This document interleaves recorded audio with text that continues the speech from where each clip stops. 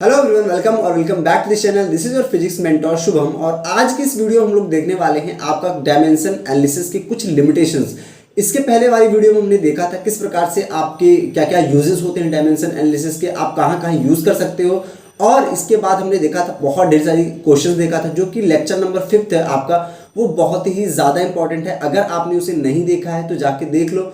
और अगर आप इस चैनल पे नए हो तो इस चैनल पे आपको क्लास 11, 12 आईटी जेईई नीट से रिलेटेड वीडियोस देखने को मिल जाएंगे। और अगर आप पूरा 11th का फिजिक्स कवर करना चाहते हो तो आपको अक्टूबर तक पूरी की पूरी आपकी फिजिक्स कवर हो जाएगी, अगर आप डेली का डेली हाफ एन आवर निकालते हो तो अगर आपने प्लेलिस्ट विजिट नहीं की है तो जाके देख लो, ठीक है। और क्लास 11th फिजिक्स के नाम से आपको प्लेलिस्ट दिख जाएगी और आप उसे एक्सेस करके वहाँ पे जो भी 5 वीडियोस हैं उनको अभी देख लो, ठीक है। इसके बाद हम लोग अगले यूनिट पे चलेंगे, दैट इज आपका जो भी बेसिक मैथमेटिक्स यूज होती है फिजिक्स में आपके through out the class 11th और 12th काम आने वाली है, वो चीज़ हम लोग देखेंगे, ठीक है। तो चलो आज स्टार्ट करते हैं। और ये आपका लेक्चर नंबर 6 और लास्ट लेक्चर है यूनिट एंड डायमेंशन का, ठीक है। तो चलो देखते हैं क्या क्या लिमिटेशंस होती हैं। तो जो सबसे पहला यहाँ पे लिमिटेशंस दिया गया है वो है कि if the dimension formula is given we can not uniquely specify about the physical quantity.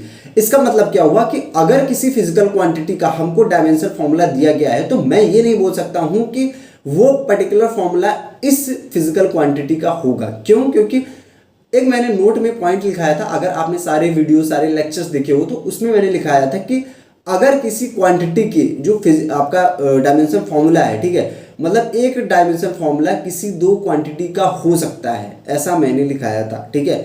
जैसे कि सपोज आपका यहाँ पे एम एल टी की पावर -2 एल स्क्वायर, ठीक है। तो ये आपका किसका है? ये तो एनर्जी का भी है, ठीक है, साथ में ही आपका टॉर्क का भी है और उसके साथ में ही आपका वर्क का भी है, ठीक है। तो ये आप स्पेसिफाई नहीं कर सकते हो कि ये एनर्जी का है, कि वर्क का है या फिर टॉर्क। जैसे कि आप डायमेंशन फॉर्मूला देख के नहीं बता सकते हो कि ये किस पर्टिकुलर बेसिकली आपकी फिजिकल क्वांटिटी का है, ठीक है। तो ये आपका किसका है? एक तो आपका ये एनर्जी का है, ठीक है, एनर्जी का है, एक तो आपका एनर्जी का है, दूसरा किसका है? टॉर्क का है, ठीक है। तीसरा आपका किसका है? ये है, ये बेसिकली आपका वर्क का है, ठीक है, वर्क का है। तो आप इसको देख के ये नहीं बता सकते हो कि नहीं ये तो एनर्जी का ही दिया गया है, ठीक है। तो ये एक इसका लिमिटेशन हो जाता है। आगे चलते हैं और आगे सेकंड नंबर पे देखते हैं। तो डायमेंशन फॉर्मूला का यूज करके हम लोग एग्जैक्ट वैल्यू ऑफ के हम लोग डिसाइड नहीं कर सकते हैं। जैसे कि मान लो आपका टी इक्वल टू क्या होता था? टी इक्वल टू के रूट एल बाई जी, ठीक है। तो आप यहाँ पे जो के की एग्जैक्ट वैल्यू है वो आप नहीं बता पाओगे, ठीक है, डायमेंशन एनालिसिस का यूज करके। और बेसिकली यहाँ पे क्या होता है? के की बेसिकली 2 पाई होता है, ठीक है। तो वो चीज़ आप नहीं बता पाओगे। आगे चलते हैं और आगे भी देखते हैं, बस इसको आपको याद रखना है, ठीक है। कुछ कुछ लिमिटेशंस है। अब देखो जो थर्ड नंबर का limitation, dimension analysis we can not by the, यहाँ लिख लो आगे, by using dimension analysis, by using dimension analysis we can not derive relationship involving multiplication. देखो हाँ, यहाँ पे ऐसे समझो कि अगर देखो डायमेंशन एनालिसिस में अगर मल्टीप्लीकेशन या डिवीजन है तब तो हम लोग डिराइव कर सकते हैं, ठीक है, रिलेशनशिप। लेकिन अगर एडिशन या फिर सब्सट्रैक्शन है तो हम लोग डिराइव नहीं कर सकते हैं, जो भी आपका बेसिकली यहाँ पे डायमेंशन रिलेशनशिप हम लोग नहीं कर सकते, ठीक है। अब देखो कैसे, सपोज कि आपका क्या होता है? S equal to U T plus half A D square होता है, हाफ ए डी स्क्वायर, ठीक है। तो यहाँ पे हम लोग क्या कर सकते हैं? यहाँ पे आपका एडिशन हो रहा है तो हम लोग यहाँ पे क्या, we can not derive, we can not derive the equation, ठीक है। बोलो इतना समझ में आया? लेकिन हम लोग एक काम कर सकते हैं, डिराइव तो नहीं कर सकते हैं लेकिन हम लोग वेरीफाई कर सकते हैं, ठीक है। इस चीज़ को वेरीफाई किया जा सकता है कि सही है या नहीं, ठीक है। आगे चले, चलो।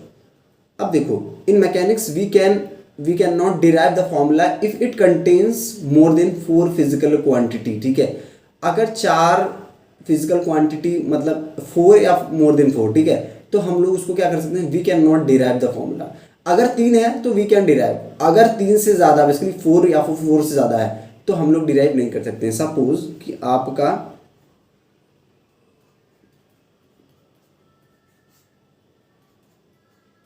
एम जी एल, ठीक है। तो ये आई एम क्या है यहाँ पे? आपका ये आई क्या है, मोमेंट ऑफ इनर्शिया है, MOI है, ठीक है। और यहाँ पे मास है, ये आपका G है, and this is L length, ठीक है। आई क्या होता है आपका, ImR² होता है, ये आप पढ़ोगे, रोटेशन में पढ़ोगे। तो यहाँ पे आप देख पा रहे हो कि इसका हम लोग क्या, यहाँ पे भी हम लोग नहीं डिराइव कर सकते हैं। वी कैन नॉट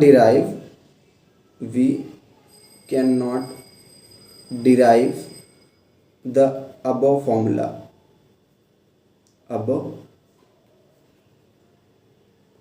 ठीक है। हम इस फॉर्मूले को डिराइव नहीं कर सकते हैं, लेकिन हम एक काम कर सकते हैं, क्या, हम लोग इस फॉर्मूले को बेसिकली चेक कर सकते हैं कि ये डायमेंशनली करेक्ट है या नहीं, ठीक है। तो ये एक चीज़ हम लोग ने देख लिया। आगे चलते हैं और आगे बात करते हैं। If dependent quantity depends upon each other then we can not derive the formula using the dimension analysis, ठीक है। अगर जो आपकी बेसिकली डिपेंडेंट फिजिकल क्वांटिटी, यहाँ पे फिजिकल क्वांटिटी लिख लो, अगर कोई फिजिकल क्वांटिटी डिपेंडेंट है तो हम लोग क्या कर सकते हैं, हम लोग फॉर्मूला डिराइव नहीं कर सकते हैं डायमेंशन एनालिसिस का यूज़ करके। अब मतलब कहना क्या चाह रहे हो भैया, देखो सपोज आपका टाइम पीरियड क्या है, कैपिटल T है, ठीक है, और जो कि डिपेंड करता है किस पे, ऑन कैपिटल G, ठीक है। एंड वेलोसिटी किस पे डिपेंड करता है, जो कि V से डिनोट करते हैं, एंड L लेंथ, ठीक है। अब आपको डिराइव करना है, डिराइव द एक्सप्रेशन।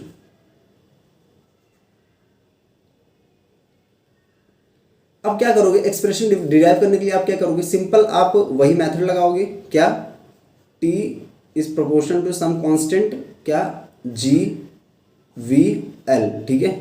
तो क्या करोगे, G V L, इसका power A and B and C, बोलो C, ठीक है। इतना आई डोंट थिंक कि इतना समझ में नहीं आया होगा अगर आपने पहले की क्लासेस की हुई हैं तो, ठीक है। तो अब इसको हटाने के लिए जस्ट वेट, हाँ ठीक है। अब देखो जैसे ही आप इसको हटाओगे, ये आप हटाओगे, T इक्वल टू क्या हो जाएगा, जस्ट वेट, कुछ ये देखो इसको, हाँ यहाँ पे क्या आ जाएगा, K G A की पावर V की पावर B L की पावर C, ठीक है। अब देखो G का आप क्या करते थे, G को आप क्या लिखोगे, L क्यूब, अभी हमने कल ही किया था, ठीक है, और M की पावर -1 एंड T की पावर -2 का होल A, और V क्या, L T की पावर -1, L T की पावर -1 इंटू P, एंड आपका L तो L की पावर C, ठीक है। इतना आई डोंट थिंक नहीं समझ में आ रहा होगा, इतना समझ में आ गया। अब देखो इसको हम लोग किसके, ये तो के कांस्टेंट है, इससे कोई मतलब नहीं है, ठीक। अब दोनों साइड इक्वेट करके आप निकालो, तो यहाँ से क्या निकलेगा आपका A plus B plus C equal to क्या, 0, बोलो। यहाँ से A plus B plus C equal to 0, ठीक है। इसके बाद -2A plus B equal to 1, तो यहाँ से आप देख रहे हो कि ये डिराइव नहीं हो सकता है, ठीक है।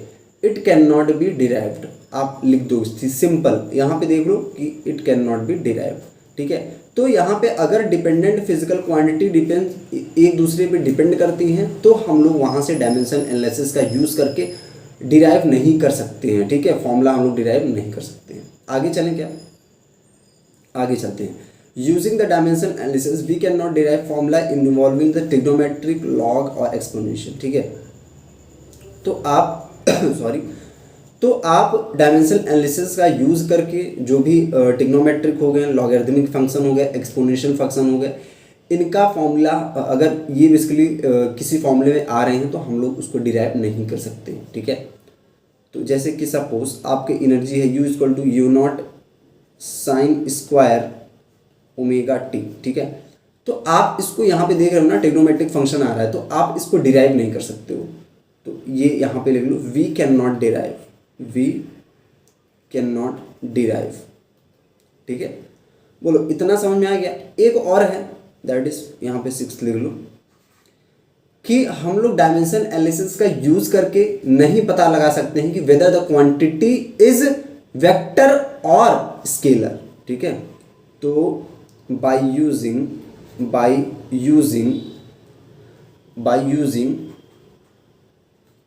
dimension analysis we cannot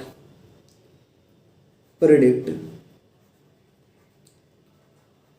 whether the physical quantity is scalar और वेक्टर। ठीक है, बोलो इतना आई थिंक आपको समझ में आ गया होगा। अगर इतना आपको आज समझ में आ गया तो आपके लिए बहुत ही अच्छा लेक्चर रहा है। ठीक है, और आपको जो चीज़ें नहीं समझ में आ रही हैं उसको कमेंट कर देना, मैं आपकी कमेंट का रिप्लाई कर रहा हूँ। ठीक है, और इसके पहले कि अगर आपने वीडियोस नहीं देखी है तो आप देख सकते हो, और ये प्रॉब्ली आपका लास्ट लेक्चर था, तो मैं इस लेक्चर के डिस्क्रिप्शन में आपको कुछ चीज़ें दे दूंगा। बेसिकली आपको टेलीग्राम ग्रुप का आपको बेसिकली लिंक दे दूंगा, वहाँ पे आप जाके देख सकते हो। मैं आपको कुछ चीज़ें कुछ जो बेसिकली इस चैप्टर के इंपॉर्टेंट चीज़ें हैं, दैट इज़ आपके जो क्वेश्चंस हैं, प्रैक्टिस क्वेश्चन, वो आपको ऐड कर रहा हूँ। ठीक है, तो अगर आप वीडियो के इस पॉइंट तक पहुँचे हो तो आप टेलीग्राम चैनल पे जाके देख सकते हो। जितने भी क्वेश्चंस बनते हैं ऑलमोस्ट मैं सभी के सभी दे दूंगा टेलीग्राम पे। ठीक है, तो आगे कुछ सजेशन है कि कैसे वीडियो बनाया जाए, क्या बोर्ड पे बनाएं या फिर कुछ और ऐड किया जाए, तो वो सारी चीज़ें आप सजेस्ट कर सकते हो।